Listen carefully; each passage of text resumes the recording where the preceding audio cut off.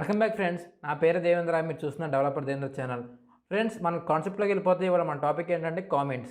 ఈ కామెంట్స్ ఎందుకు వాడతాం మనం? జనరల్గా మనం పైథాన్ ప్రోగ్రామ్ రాస్తున్నప్పుడు చాలా ప్రోగ్రామ్స్ ఉంటే మనకి ఏమవుతుందంటే చాలా లాజిక్ బిల్డ్ చేసుకోవాలి. ఆ లాజిక్ బిల్డ్ చేసుకుంటున్నప్పుడు ఆ ప్రోగ్రామ్ రాస్తున్నప్పుడు మనకి అక్కడ జరిగే కోడ్ అంతా గుర్తుంటుంది. అక్కడ దేనికి ఏ కోడ్ అనేది మనం రాస్తాం, ఈ కోడ్ అనేది ఏం చేస్తాం, మన వర్కింగ్ మొత్తం తెలుస్తుంది. అదే కనుక మీరు ఒక 5 hours 6 hours అయిన తర్వాత మళ్ళీ చూస్తే కనుక మీకు చూసినట్టే ఉంటుంది. కాకపోతే ఏంటంటే వెంటనే మీకు కోడ్ని అర్థం చేసుకోవాలి, చాలా టైం పడుతుంది. ఈ కోడ్ ఏ వర్క్ చేస్తుంది, ఈ కోడ్ ఏ వర్క్ చేస్తుంది, మీకు ఆ లాంగ్వేజ్ వచ్చు కాబట్టి అర్థం అవుద్ది.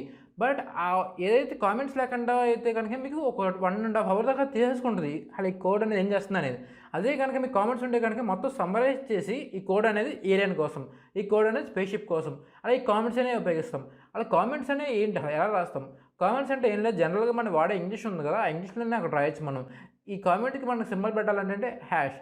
ఈ హ్యాష్ అని పెట్టి మనకి కామెంట్స్ ఏదైనా రాయొచ్చు. నార్మల్గా మనం ఇదేంటంటే ఈ కోడ్ అనేది సర్టెన్ డేటా టైప్ ఉంది, కోడ్ అనేది సర్టెన్ వర్క్ చేస్తుంది, అలా రాసుకోవచ్చు. దీనివల్ల మనకి ఉపయోగం ఏంటంటే సాఫ్ట్వేర్ కంపెనీస్ ఉన్నాయి.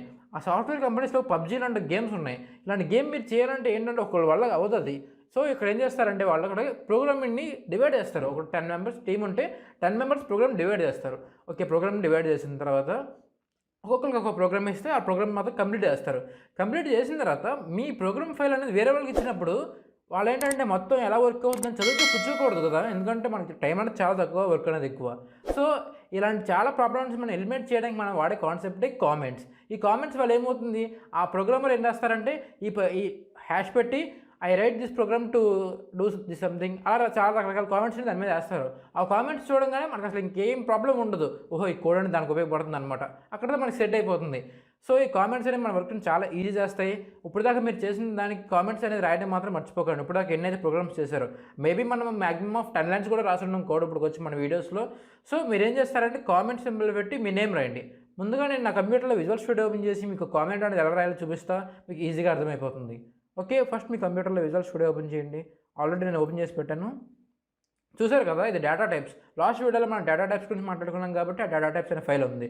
ఓకే, ఈ ఫైల్ అనేది వేరే వాళ్ళకి పంపించగానే, అంటే వేరే ప్రోగ్రామర్కి పంపించగానే ఆ ప్రోగ్రామర్ ఇది సర్టెన్ కాంప్లెక్స్ డేటా టైప్, ఇది సర్టెన్ కాంప్లెక్స్ డేటా టైప్, ఇలా ఇన్ఫర్మేషన్ తెలుసుకోవాలంటే మనం కామెంట్ వేద్దాం అనుకున్నాం. కామెంట్కి ఏ సింబల్ వాడతాం, హ్యాష్ సింబల్ వాడతాం. సో చూడండి, ఇక్కడ నేను ఏం రాస్తున్నానంటే హ్యాష్ అని పెట్టి కాంప్లెక్స్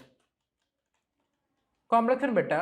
నేను ప్రోగ్రామ్ రన్ చేస్తున్నా కానీ నాకు అవుట్పుట్ వస్తుంది. ఎందుకని? ఇది కామెంట్. ఈ కామెంట్ని పైథాన్ ప్రోగ్రామింగ్ కానీ అసలు పట్టించుకోదు. ఇప్పుడు దాకా మన కోడ్ అనేది అంతా పైథాన్ లాంగ్వేజ్లో రాస్తాం, ఫస్ట్ టైం మన నార్మల్ ఇంగ్లీష్ లాంగ్వేజ్లో రాస్తాం. ఓకే, ఈ కామెంట్స్లో మీరు ఏ లాంగ్వేజ్ అయినా రాయొచ్చు. దీనివల్ల ఏంటంటే చాలా ఈజీగా వేరే వాళ్ళకి అర్థమైపోతుంది. ఇప్పుడు ఏంటంటే ఎక్కువ కొలాబరేటివ్గానే ప్రోగ్రామ్ అనేది మనం రాస్తున్నాం, ఒకళ్ళు రాయకుండా చాలామంది కలిసి రాస్తున్నాం. ఈ కొలాబరేటివ్గా రాస్తున్నప్పుడు ఏంటంటే ఈ కామెంట్స్ అనేవి మనకైనా వాళ్ళకి కమ్యూనికేషన్ చాలా తక్కువ టైంలో ఎక్కువ ఇన్ఫర్మేషన్ అనేది మనకి స్ప్రెడ్ అవుతూ ఉంటుంది.